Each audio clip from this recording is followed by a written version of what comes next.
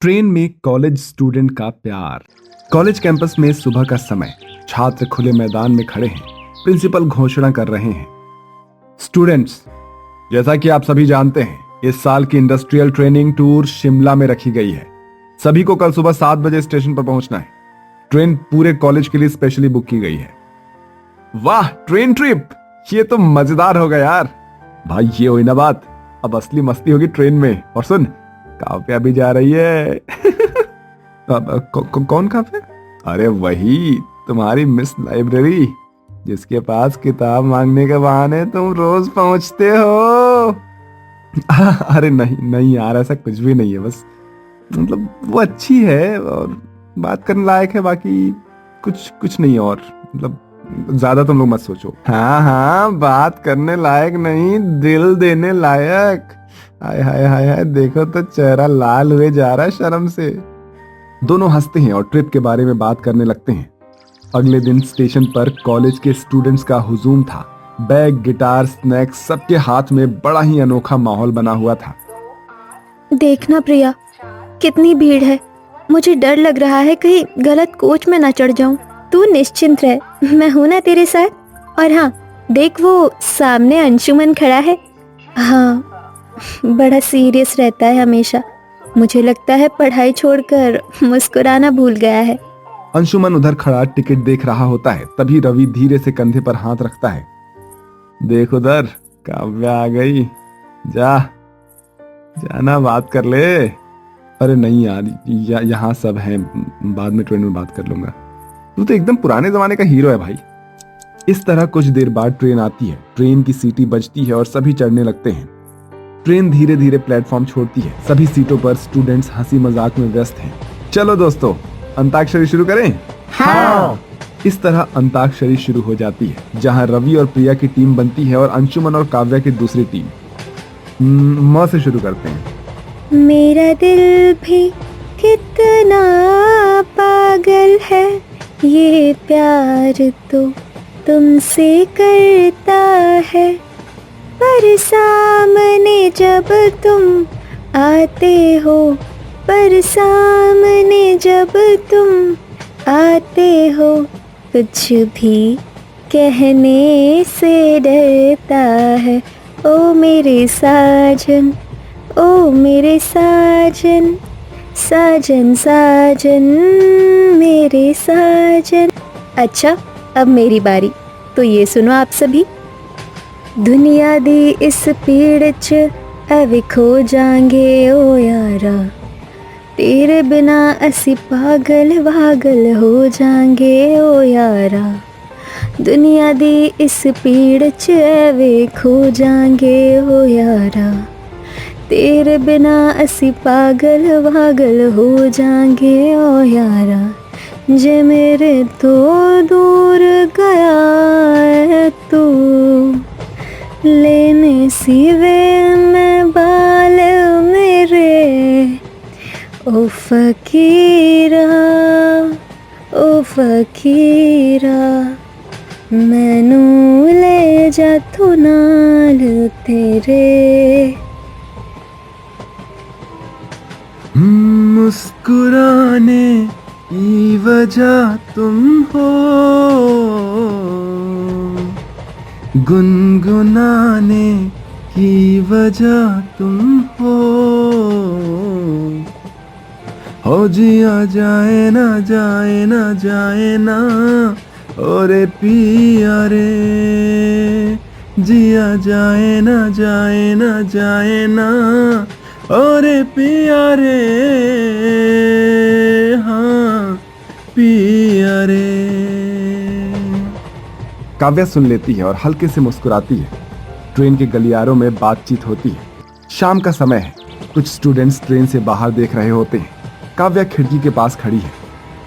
कितनी खूबसूरत शाम है ना, जैसे सब कुछ फिल्मी लग रहा हो। हाँ, और अगर साथ में फिल्म भी हो तो शाम और भी खूबसूरत हो जाती है। वाह, आज तो मिस्टर सीरियस भी शायरी करने लगे। पता नहीं, शायद ट्रेन में कुछ जादू है। सब कुछ बहुत आसान लग रहा है ना। या फिर शायद पास में कोई खास है। शायद। दोनों खामोश होकर बाहर देखते हैं। हवा में थोड़ी ठंडक और खिड़की से आती रोशनी उनके चेहरे पर पड़ती है। सभी स्टूडेंट्स सोने की तैयारी कर रहे हैं। रवि ऊपर की बर्थ पर और अंशुमन नीचे। भाई आज तो तेरी काव्या से बात जम गई। अरे इतना भी कुछ नहीं था यार, झूठ मत बोल, तेरे चेहरे की मुस्कान बता रही है। उसी वक्त काव्या नीचे वाली सीट से धीरे से कहती है, अंशुमन, अगर नींद ना आए तो बाहर चले, खिड़की के पास। हाँ चलो ना। दोनों ट्रेन के खुले दरवाजे के पास खड़े हैं। हवा तेज है और रात शांत है। अंशुमन, तू इतना शांत क्यों रहता है? बाकी सब शोर मचाते हैं, तू बस देखता रहता है। शायद इसलिए क्योंकि मैं देखना पसंद करता हूँ लोगों को, उनकी बातों को और कुछ चीज़ों को महसूस करना चाहता हूँ। और मैं बस जीना चाहती हूँ, बिना सोचे, बिना रुके। दोनों एक दूसरे को देखते हैं। काव्या, तू भी अलग है यार, बाकी सभी से। और तू वैसा है जैसा कोई नहीं। जानता है, मुझे ट्रेन की खिड़कियाँ पसंद है क्योंकि इससे बाहर का नज़ारा बदलता रहता है। पर कुछ लोग होते हैं जो बदलते नहीं। शायद वही लोग जिंदगी में ठहराव लाते हैं। दोनों मुस्कुराते हैं। ट्रेन की सीटी बजती है और दूर रात में लाइटें चमकती है। इस तरह काव्या और अंशुमन धीरे धीरे सीट पर लौटते हैं। काव्या की आंखों में एक अजीब सी चमक है। अंशुमन, ये सफ़र याद रहेगा ना? अगर मंजिल भूल भी जाऊं तो ये सफर हमेशा याद रहेगा। इसी तरह से बातों ही बातों में सभी सो जाते हैं। अगले दिन सूरज की पहली किरणें ट्रेन की खिड़की से अंदर आ रही होती है। कोच में धीरे धीरे स्टूडेंट्स जागने लगते हैं। क्या रात थी भाई। और तू तो सुबह तक बाहर काव्या के साथ था ना? बस थोड़ी देर बात हुई थी भाई, बस थोड़ी देर। भाई वाह, पूरी रात तो ट्रेन का दरवाजा बंद करने भी नहीं दिया हैं? काव्या पास से गुजरती है और सुन लेती है और मुस्कुराकर कहती है, रवि, ज्यादा जासूसी मत करो, नहीं तो तुम्हारे सपने में भी मैं और अंशुमन आने लगेंगे। हाय राम, फिर तो मेरा सपना रोमांटिक हॉरर बन जाएगा। सभी हंस पड़ते हैं। कुछ देर बाद ट्रेन एक स्टेशन पर रुकती है। सभी स्टूडेंट्स उतरकर चाय समोसे लेने लगते हैं। काव्या और अंशुमन प्लेटफॉर्म के कोने में खड़े हैं। अंशुमन, तेरे घर वाले कैसे हैं? तू कहाँ से है? पापा टीचर हैं, माँ हाउसवाइफ है और एक छोटा भाई है जो हमेशा मेरी चीजें तोड़ता रहता है। और तू? मैं दिल्ली की हूँ। माँ पापा दोनों बिजनेस में हैं। बस इतना बिजी कि घर हमेशा खाली लगता है। कभी कभी लगता है कि मेरे पास सब कुछ है पर कोई नहीं। कभी कभी सब कुछ का मतलब सिर्फ एक अपना होता है। शायद अब समझ आ रहा है। दोनों एक दूसरे की तरफ देखते हैं। प्लेटफॉर्म पर ट्रेन की सीटी बजती है। सभी लोग चढ़िए ट्रेन में, सिर्फ 5 मिनट हैं। चलो, सब कुछ को ट्रेन मिस ना हो जाए। दोनों हंसते हुए ट्रेन में चढ़ते हैं। इस तरह सभी स्टूडेंट्स फिर से गाना बजाना शुरू करते हैं। चलो ट्रूथ एंड डेयर खेलते हैं। वाह, मजा आएगा। मैं सबसे पहले रवि से पूछती हूँ, ट्रूथ या डेयर? डेयर। ठीक है, तू जाकर टीटी सर से बोल, सर आप बहुत हैंडसम लग रहे हैं। सब हंस पड़ते हैं। रवि जाकर बोल देता है। टीटी सर हंसते हैं और हल्के में लेते हैं। अरे भाई, ऐसे डेयर रोज खेलो यार, पर टिकट पक्का रखो। अब रवि की बारी आती है।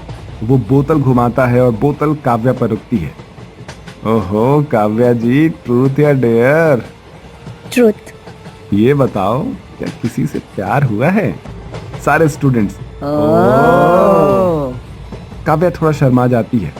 शायद किसी से हो रहा है। सब तालियां बजाते हैं। अंशुमन हल्का मुस्कुरा देता है, लेकिन अंदर से थोड़ा घबराया भी है। शाम को मौसम खराब हो जाता है। ट्रेन एक छोटे स्टेशन पर रुकती है। बाहर तेज बारिश और कुछ बच्चे प्लेटफॉर्म पर भीग रहे होते हैं। ओह गॉड, अब क्या करें? हमें तो 2 घंटे यहीं रुकना पड़ेगा। कोई बात नहीं, मस्ती करेंगे। चलो बाहर चलते हैं बारिश में। सभी बाहर दौड़ते हैं, बारिश में भीगते हैं। अरे, तू बाहर क्यों नहीं आया? मुझे बारिश में भीगना पसंद है, बस अकेले नहीं। तो अब अकेला क्यों? चलो।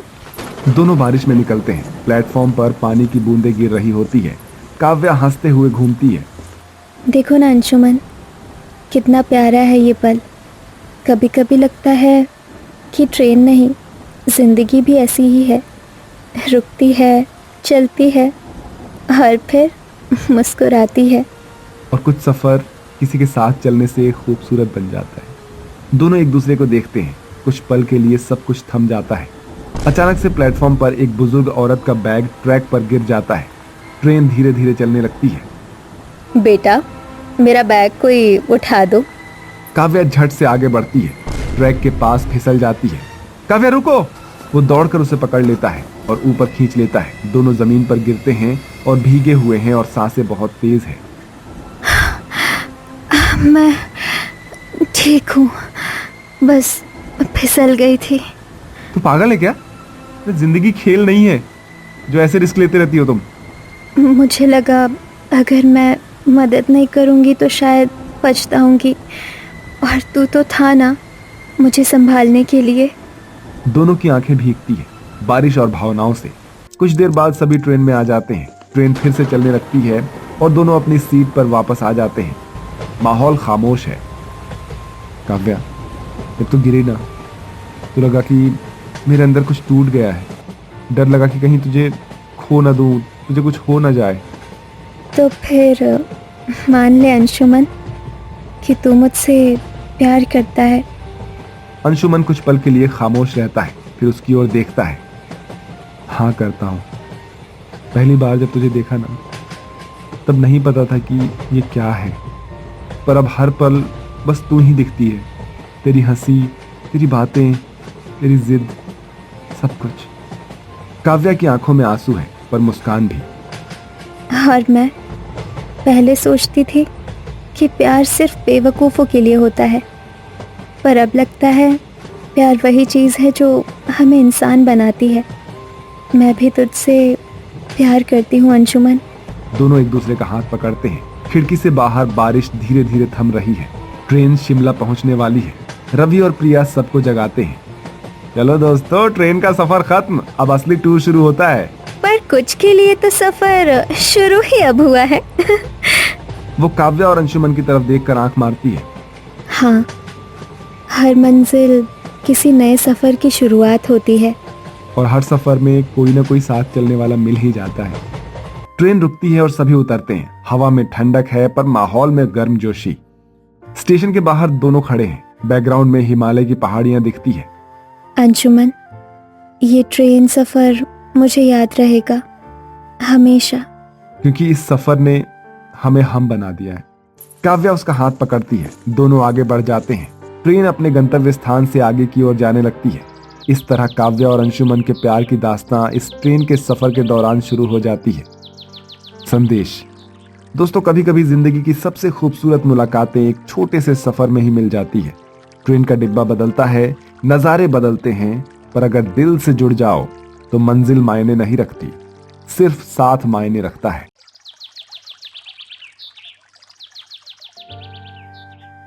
भाभी जल्दी कीजिए, अगर हम समय पर स्टेशन नहीं पहुंचे तो ट्रेन निकल जाएगी। हाँ हाँ ननद जी, बस आ गए हम। कितना अच्छा लग रहा है ना जेठानी जी कि दीदी पूरा परिवार एक साथ ट्रेन में ट्रेवल करेगा, और मैं तो सच में बहुत ही एक्साइटेड हूँ। हाँ भाभी, कह तो आप सही रही हो, ट्रेन में बड़ा ही मजा आने वाला है। हम सभी की एक साथ शादी भी हुई और हम यहाँ एक साथ अपने ससुराल विदा भी हो रही हैं। अच्छा चलो चलो, माँ कब से आवाज लगा रही है। अगर हम और ज्यादा लेट हुए तो घर वाले तांडव करने लग जाएंगे। ऐसा कहकर पूरा परिवार रेलवे स्टेशन के लिए निकल जाता है। दरअसल अभी हाल में ही कुसुम, गीत और नीलम की डेस्टिनेशन वेडिंग हुई थी और वो सभी वहां से अपने अपने ससुराल आ रहे थे।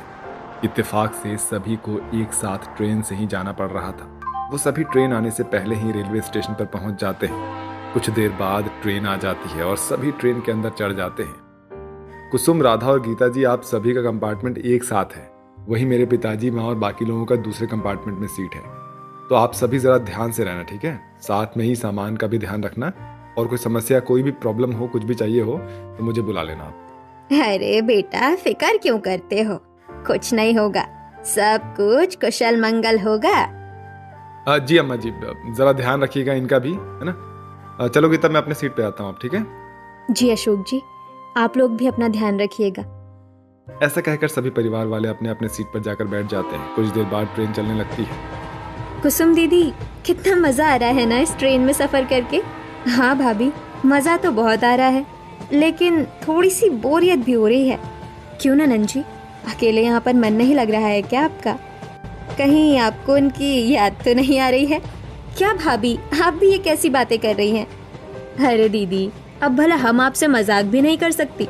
चलिए छोड़िए ये बात, हम एक काम करते हैं, यहाँ पर थोड़ी सी अंताक्षरी खेलते हैं। इससे हमारा समय भी बीत जाएगा और हमारा मन भी बहल जाएगा। हाँ, कह तो तुम बिल्कुल ठीक रही हो राधा। ठीक है, फिर शुरू करते हैं। एक काम करो, सबसे पहले हम तुम ही से शुरुआत करते हैं। क्यों नहीं, सबसे पहले मैं ये वाला गाना सुनाती हूँ आपको। झूठी खाई थी कसम जो निभाई नहीं, हो झूठी खाई थी कसम जो निभाई नहीं, काटी रात मैंने खेतों में तू आई नहीं, हो काटी रात मैंने खेतों में तू आई नहीं। अब ननन जी आपकी बारी। क्यों नहीं भाभी, अब आप ये सुनिए। थोड़ी फुर्सत भी मेरी जा कभी बाहों को दीजिए, थोड़ी फुर्सत भी मेरी जा कभी बाहों को दीजिए, आज की रात मजा हुस्न का आँखों से लीजिए, आज की रात मजा हुस्न का आँखों से लीजिए। बहुत खूब ननन जी, अब मैं सुनाती हूँ। अब ये सुनिए। पत्थर है वो मुझे रोक टोक कहते हैं लोग, पर मोम सा है मेरा जानू। नश्तर है वो कहीं दूर दूर गूंजे फितूर, पर बादशाह है मेरा जानू। हो कड़वी है बोली, दिल है रंगोली, इसमें पत्थर के लोग कहते हैं, मुझको तो दिखता है इसमें कोई सनम। सच में तुम तीनों ने ही कमाल का गाया। सच में क्या अम्मा? वैसे हम ननद भाभी हैं तो बड़ी कमाल की, लेकिन अब रहने दीजिए, मुझे थोड़ी सी नींद आ रही है। नींद तो मुझे भी आ रही है। ठीक है, फिर आप दोनों नीचे सो जाओ, मैं ऊपर जाकर लेटती हूँ। मुझे अभी नींद नहीं आ रही है, ऊपर जाकर थोड़ा मोबाइल चलाऊंगी। ठीक है भाभी। बिटिया, मैं भी थोड़ा आराम कर लूं। जब तुम जाग ही रही हो तो क्या तुम अपने सामान के साथ साथ मेरे भी सामान का ध्यान रख लोगी? क्यों नहीं अम्मा जी, आप बेफिक्र रहिए और आराम कीजिए। इसके बाद सभी ट्रेन में अपने अपने सीट पर जाकर आराम करने लगते हैं और ट्रेन अपनी तेज रफ्तार से अपने गंतव्य की ओर बढ़ रही थी। तभी उन्हें किसी के चिल्लाने की आवाज आती है। नहीं नहीं, ये मेरे सुहाग की निशानी है, कम से कम इसे तो छोड़ दो। देती है या फिर रामपुरी चाकू तेरे पेट में घुसा दूं, हैं? ये बात सुनकर गीता अपनी नंद और अपनी देवरानी राधा को उठाती है और उनसे ये सारी बातें साझा करती है। लग रहा है कुसुम दीदी, राधा किस ट्रेन में लुटेरे घुस गए हैं। हमें कुछ ना कुछ तो करना होगा, शायद वो अभी दूसरे कंपार्टमेंट में है। हाँ भाभी, आप सही कह रही हो, वो अभी यहाँ आ ही रहे होंगे। मैं काम करती हूँ, पहले पुलिस को इन्फॉर्म कर देती हूँ और आगे देख कर आती हूँ कोई पुलिस या ट्रेन से अधिकारी है या नहीं। जब तक आप सभी मिलजुल कर इस समस्या से निपटना। ठीक है कुसुम दीदी, आप जरा ध्यान से जाइएगा। इसके बाद कुसुम वहां से पुलिस या किसी अधिकारी को ढूंढने के लिए निकल जाती है। साथ ही वो पुलिस को इस ट्रेन में चल रहे लूटपाट का विवरण मैसेज कर देती है। कुछ देर बाद गुंडे गीता के कंपार्टमेंट में भी आ जाते हैं। अरे वो बढ़िया, चल निकाल सारा माल। ये तेरी पोटली में क्या रखा है? चल दे दे हमें, चल। नहीं बेटा, ये मेरी जीवन भर की कमाई है, ये मैं अपने पोती की शादी के लिए ले जा रही हूँ। भगवान के लिए ये मुझसे मत छीनो।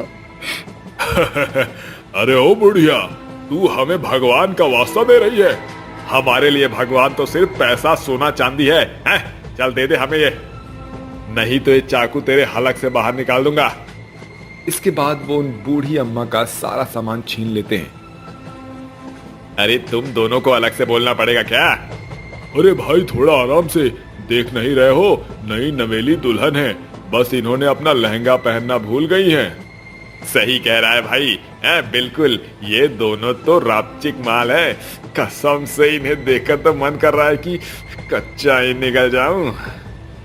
ध्यान से, कहीं निकलते वक्त तुम्हारे जबड़ा ना टूट जाए। हाँ जेठानी जी, बिल्कुल आप सही कह रही हैं। देखने में तो ये दोनों बिल्कुल झींगुर से हैं, और बातें देखो कितनी बड़ी बड़ी हाँक रहे हैं। वो दोनों देवरानी और जेठानी उन गुंडों को जानबूझकर गुस्सा दिला रही थी, ताकि वो उससे हाथापाई करके उन चाकू को किसी तरह से छीन ले। और शायद उनका ये तरकीब काम भी कर रहा था। अरे भाई, ये छम्मक छल्लो तो कुछ ज्यादा ही बोल रही है। लग रहा है इन्हें सबक सिखाना ही पड़ेगा।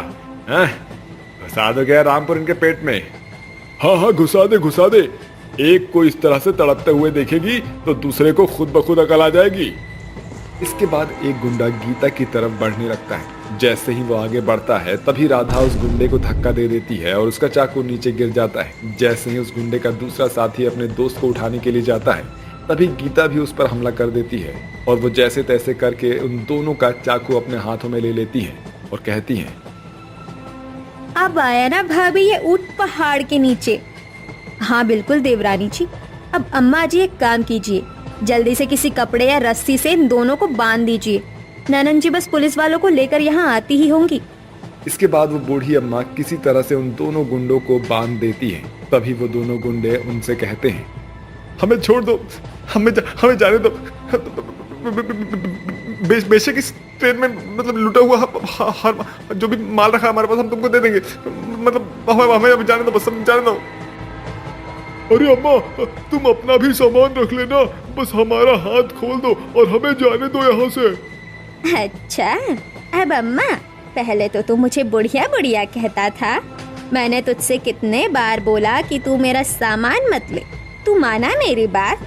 अब भुगत जैसी करनी वैसी भरनी। इसके कुछ समय बाद कुसुम वहां पर पुलिस अधिकारियों को लेकर आ जाती है। बहुत खूब कर दिखाया आप लोगों ने। जो काम इतने दिन से कोई डिपार्टमेंट का पुलिस नहीं कर पाया वो आप लोगों ने मिलकर कर दिखाया। ये बहुत बड़े डकैत हैं।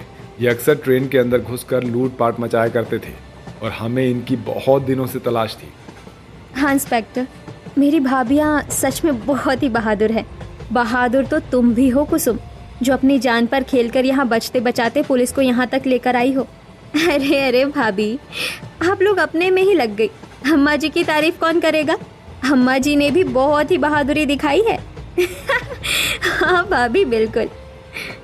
इसके बाद पुलिस उन गुंडों द्वारा लूटे गए सभी सामान सभी को वापस कर देते हैं। साथ ही उन गुंडों को लेकर वहां से चले जाते हैं। बहुत बहुत शुक्रिया मेरी बेटियों, आज तुम्हारी वजह से ये सब संभव हो पाया है। नहीं तो मेरी आज तक की कमाई हुई सारी कमाई ये गुंडे लूट कर ऐसे ही ले जाते। तुम जैसी दुर्गा अवतार बेटियों की ही इस दुनिया को जरूरत है। अरे बस बस अम्मा जी, ये सब तो हमारा फर्ज था। इसके बाद सभी उनकी काफी तारीफ करते हैं और ऐसे ही समय बीतता है और वो अपने अपने गंतव्य स्थल पर पहुंच जाते हैं। वहीं अगले दिन नंद और देवरानी जेठानी की वीरता की कहानी न्यूज़पेपर में छप जाती है।